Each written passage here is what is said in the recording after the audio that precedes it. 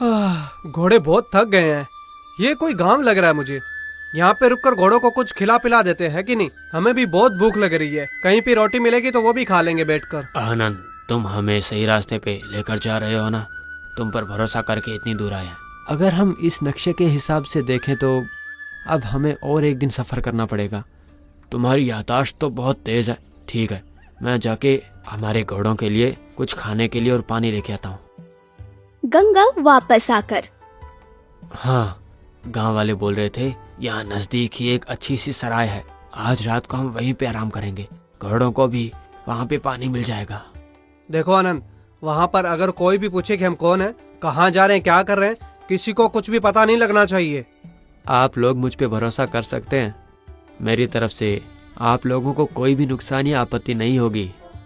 उस रात वो लोग वहीं पर विश्राम करते हैं। अगली सुबह जब वो निकलने लगते हैं तभी वहाँ एक ऋषि आते हैं। आप लोग जहाँ जा रहे हैं वो बहुत खतरनाक सफर है। आपकी जान को खतरा हो सकता है। वो तो ठीक है, आप हो कौन, हम कहाँ पर जा रहे हैं, ये आपको कैसे पता? आप लोग कहाँ जा रहे हैं, कहाँ से आए हैं, ये आनंद आपको कैसे मिल गया, आप लोगों का नक्शा कैसे भीग गया, मुझे सब मालूम है। आप जैसे कई लोग पहले आए थे, खजाने के चक्कर में जान गंवा बैठे, इसलिए आप लोगों को चेतावनी देने आया हूँ। ये बहुत ही खतरनाक काम है। तुरंत आपका निर्णय बदल लीजिए। आप जो पहले की घटनाएं बता रहे हैं वो आप एकदम सही बोल रहे हैं, मैं जानता हूँ। हमारे पास जो खजाने का नक्शा था उसका भी आपने बता ही दिया। आपकी बातों से लग रहा है ये बहुत खतरनाक काम है। फिर भी हम लोग वापस जाने को तैयार नहीं है। चाहे कितना भी मुश्किल हो, हमें वहाँ पहुँचना ही होगा। मुझे आप लोगों को बोलना था, बोल दिया। अब आपकी मर्जी। अगर आप लोग वहाँ पहुँचेंगे तो भी आपको खजाना नहीं मिलेगा। उस खजाने को खोलने के लिए वहाँ पे एक चाबी की जरूरत होगी। वो चाबी हमें कहाँ मिलेगी, क्या आप हमें बता सकते हैं?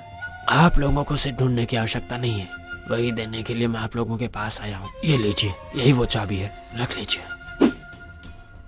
लेकिन एक बात जरूर याद रखना, वहाँ जाना बहुत ही खतरनाक काम है। लेकिन ये चाबी आपके पास कहाँ से आई? आप हमें उस खजाने के बारे में और कुछ बता सकते हैं? वो सब बताना जरूरी नहीं है। आप लोग अपनी कोशिश करके देखो। आप लोगों को इस रास्ते पे जाने के लिए एक नदी को पार करके जाना पड़ेगा।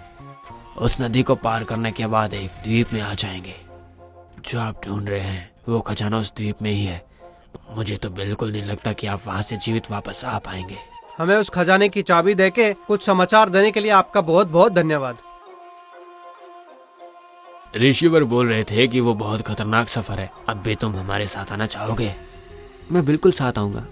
कैसे भी करके हम लोगों को वो खजाना हासिल करना ही है। मैं किसी भी तरह की आपत्ति का सामना करने के लिए तैयार हूँ। तैयार हो जाओ। मुझे लगता है हमें आगे बढ़ना चाहिए। इस तरह वो लोग अपने सफर को आगे बढ़ाते हैं। उन्हें रास्ते में ऋषि के बताए अनुसार एक नदी मिलती है। यही वो नदी है जो ऋषिवर बता रहे थे। यहाँ से अब हमारे घोड़ों का चलना बहुत मुश्किल है। इन घोड़ों को यहीं पर छोड़ के हम लोगों को नदी पार करनी होगी, मगर यहाँ पर तो कोई नाव नहीं है। तो हम पार कैसे करेंगे? तैर के जाने के लिए तो वो बहुत दूर है। हम लोगों को लकड़ियों की एक नाव बनानी पड़ेगी। हम लोग उस नाव से नदी आराम से पार कर पाएंगे। मैं लकड़ियों से नाव बना सकता हूँ। वो देखो उस नदी में, वहाँ तो बहुत सारे मगरमच्छ हैं। अगर गलती से भी नदी में गिर गए तो जिंदा बचना मुश्किल है। हमें सतर्क रहना होगा। यहाँ से सफर बहुत खतरनाक लग रहा है अब मुझे। हमें सतर्क रहना चाहिए। इसके बाद आनंद उन लकड़ियों को जोड़कर एक नाव बनाता है। देखो नाव तैयार हो गई है। अब हमें इस पर चढ़कर जाना होगा। नदी के अंदर ना गिर जाए इसलिए बीच में खड़े रहना। पहले से चाकू हाथ में लेके हम लोग नाव में बैठेंगे। इसके बाद वो लोग सफर पर निकल जाते हैं। सफर के समय उन लोगों को कुछ मगरमच्छ उन लोगों को खाने की कोशिश करने लगते हैं। बाप रे, कैसे भी करके उन मगरमच्छों से बच ही गए। अब और खजाने तक पहुंचने के लिए हमें कितनी मुश्किलों का सामना करना पड़ेगा। यहाँ से जाते वक्त आजू बाजू के परिसर को ठीक से देखते हुए जाना पड़ेगा। किस तरफ कैसा संकट है हम बोल नहीं सकते। वहाँ तक पहुँचने तक ही मुझे इन लोगों से काम है। वहाँ पे पहुँचने के बाद इन लोगों को खत्म करके मैं पूरा खजाना हड़प लूंगा। वहाँ पे जाने के बाद इन लोगों को खत्म करके मैं उस खजाने को हड़प लूंगा। इन लोगों को उस खजाने में से हिस्सा भी नहीं दूंगा। कैसे भी करके उस खजाने से कुछ हिस्सा मिल जाएगा तो मेरे सारे के सारे कष्ट दूर हो जाएंगे। तब मैं अपनी बीवी और बच्चों को घर ले जाकर एक अच्छा सा घर बनाकर सुकून से जी सकूंगा। इस तरह आगे चलते हुए गंगा एक कीचड़ में फंस जाता है। ये तो बहुत बड़ा कीचड़ का जाल बना है। मैं तो इसे देख भी नहीं पाया था। मेरा शरीर इसमें फंसता जा रहा है। मुझे बाहर निकालो।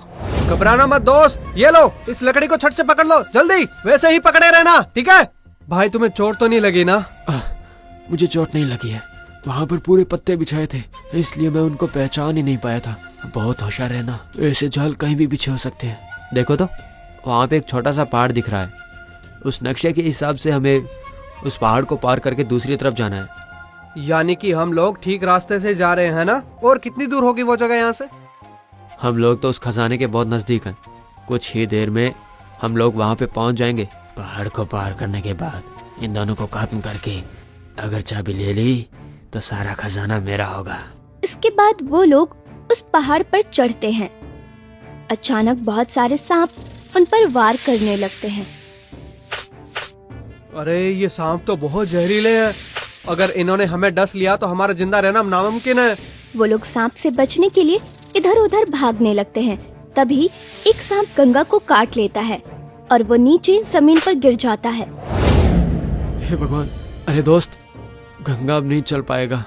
दोनों उसे उठा के लेके जाते हैं। आनंद तुम मत रुकना, अब तो हम लोग गंगा से हाथ धो चुके हैं। अगर हम लोग यहीं रुके तो ये जहरीले सांप हम पर भी हमला करेंगे। जल्दी से यहाँ से बचकर निकलना पड़ेगा। इस तरह गंगा सांप के डसने से वहीं पर मर जाता है। वो दोनों किसी तरह उस पहाड़ से नीचे उतरते हैं। इस तरह वो लोग कई मुश्किलों का सामना करते हुए आखिरकार उस खजाने तक पहुंच ही जाते हैं। हे भगवान, आखिरकार हम लोग उस खजाने तक पहुंच ही गए। मगर गंगा का इस तरह से मरना मेरे मन को बहुत ठेस पहुंची है।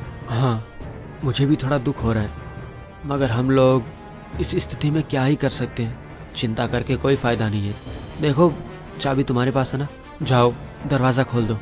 गंगा तो अभी भी मर गया है, बाकी बचा आनंद। अगर मैं इसको खत्म कर दूंगा तो इतने बड़े खजाने को घर तक पहुंचाना मुश्किल होगा मेरे लिए। यहाँ से निकलने के बाद आनंद को भी मैं खत्म कर दूंगा। तुम यहीं पर रुको, मैं जाके खजाने का दरवाजा खोलूंगा। इस तरह आनंद को वहीं पर खड़ा करके वो चाबी लेकर बगल के खजाने का दरवाजा खोलने लगता है।